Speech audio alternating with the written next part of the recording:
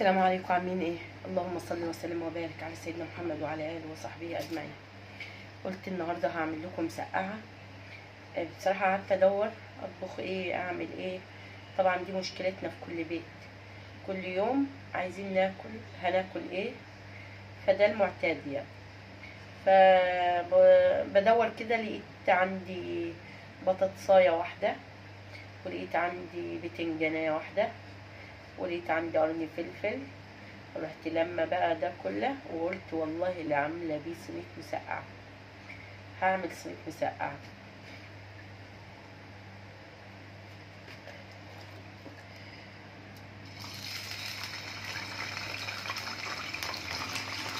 بس من غير لحمه مفرومه. صينيه المسقعه دي من غير لحمه مفرومه، تنفع فطار، تنفع غدا، تنفع عشاء، اي حاجه.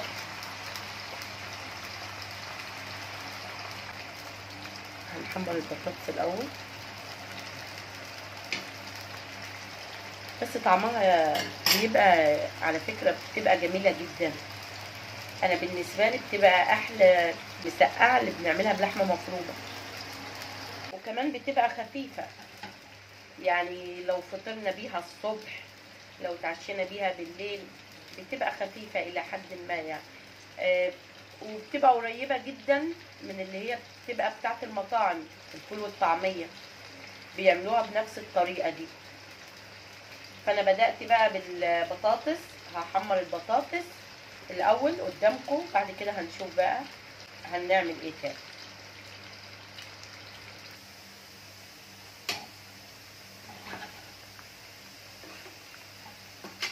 اللهم صل وسلم وبارك على سيدنا محمد وعلى اله وصحبه اجمعين.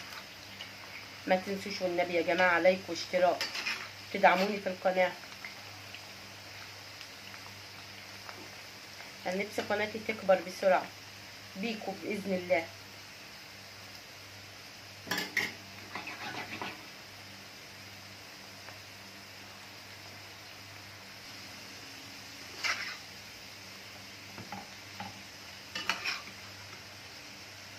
بحب احمر البطاطس، بقول احسن بنتي تيجي ولا حاجه تكون عايزه تاكل، بروح محطلها بقى، بروح حطلها بقى من البطاطس، تاكل بقى منها على بال ما ايه، على بال ما اخلص الاكل.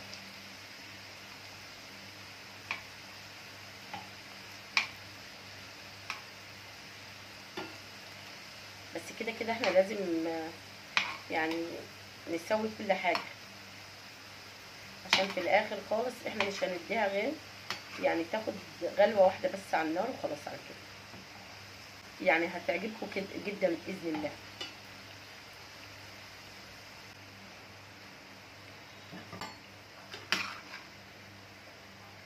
هنطلع بقى البطاطس.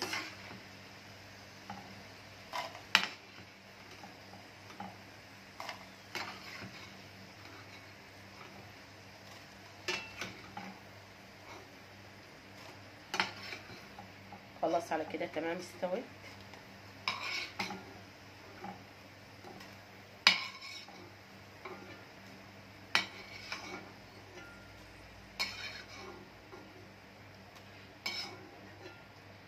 كده كويس قوي.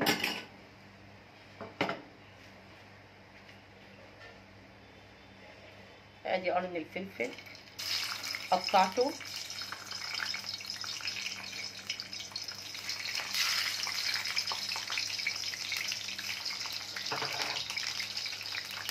الفلفل ما بيقعدش على طول.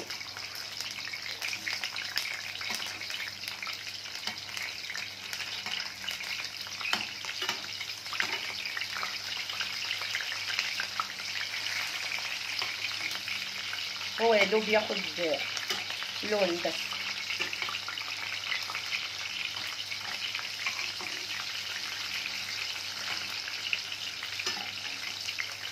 ادعموني بلايك واشتراك في القناة.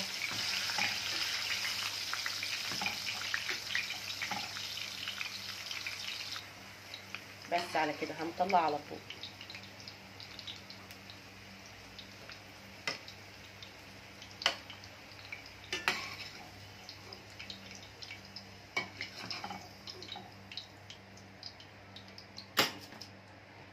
بعد كده بقى هننزل بالبتنجان بتاعنا.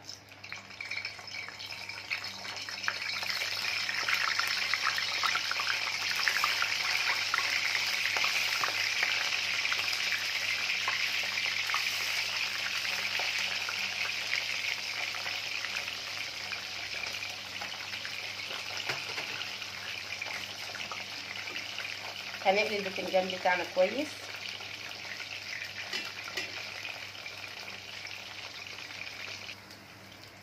دي بتنجانة كانت كبيرة فقطعتها نص، يعني قطعت البتنجانة على 2، النص الفوقاني لوحده والنص التحتاني لوحده، وبعد كده رحت مقطعه كل نص بقى شرايح.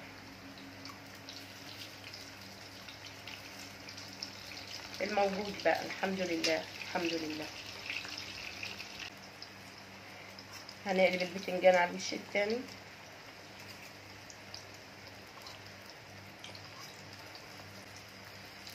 كده تمام.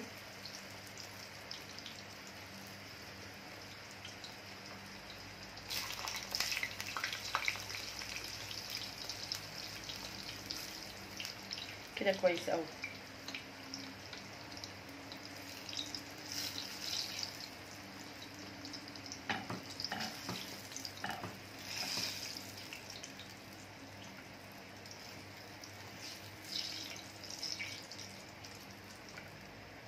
صدقوني طعمها بيبقى يعني بيبقى حلو قوي، هيعجبكم باذن الله. انا دايما بسيب الطعم ده تحكموا عليه بنفسكم.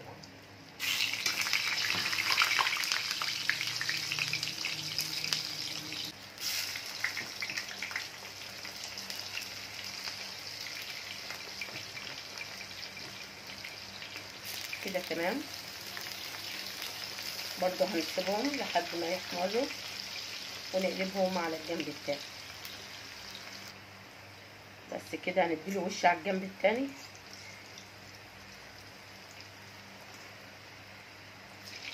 لازم نكون اقتصاديين في الأزمة اللي احنا فيها دي، تعويم الجنيه والأسعار اللي بقت نار دي. الواحد يعني حاول يبقى اقتصادي شوية، وبمعنى أصح يعني في ناس يعني خلينا على قدنا بمعنى أصح.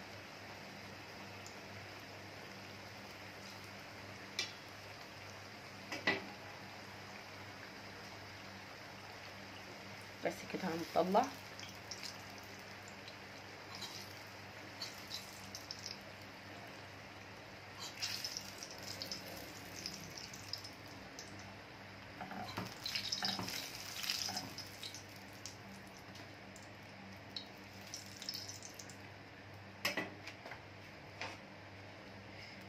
دي اخر حاجه معانا في البتنجان.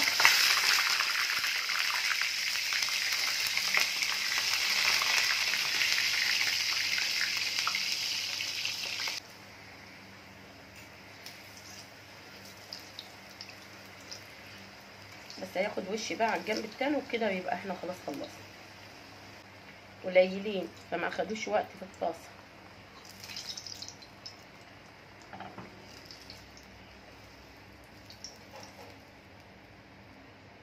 بس كده تمام الحمد لله. بصوا بقى من نفس الزيت ده هاخد حته صغيره هنا وهنزل بيها حته توم صغيره جدا.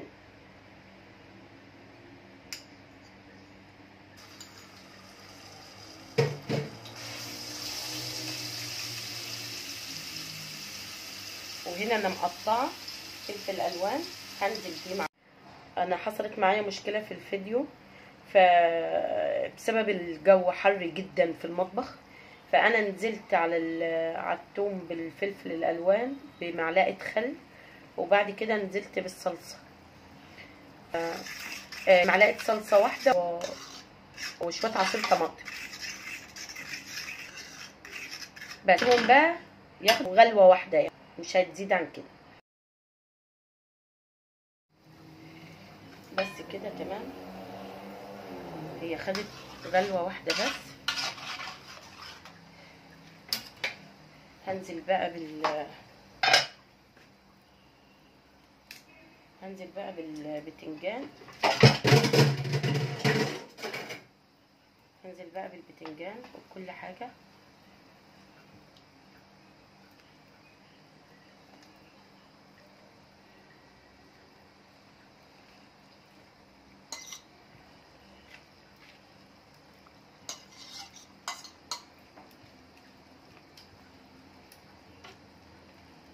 انا عايزه اقول لكم ان انتوا كده ممكن تاخد غلوه كده تاني وتشيلها في الفريزر، تقعد عندك الظرف طارئ، ضيوف جاتلك وعايزه يعني ما فيش في امكانك انك انت تجهزي لهم اكل، تطلعيها من الفريزر وتلفيها، تكوني لفاها في ورق فويل وتشيليها في الفريزر على حالها كده، هتقعد معاكي زي يعني اسبوع 10 ايام زي ما انت عايزه، محتفظه بطعمها، تفضل محتفظه بطعمها.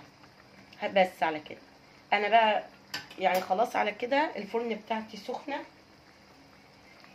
هنزل بيها بقى على الفرن تاخد وش وخلاص على كده.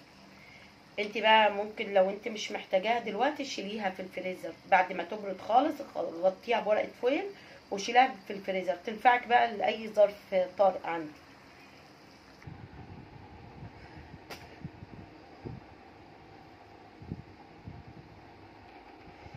ودلوقتي الصينيه اخدت بالظبط تلت ساعه في الفرن. بصوا الجمال، بسم الله ما شاء الله، بسم الله ما شاء الله. ايه رايكم؟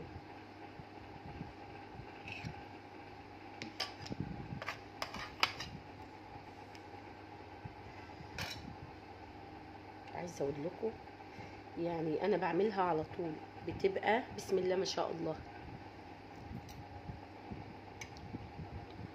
الله ينور. وطبعا كالعاده انا هسيب لكم الطعم انتوا اللي تحكموا عليه.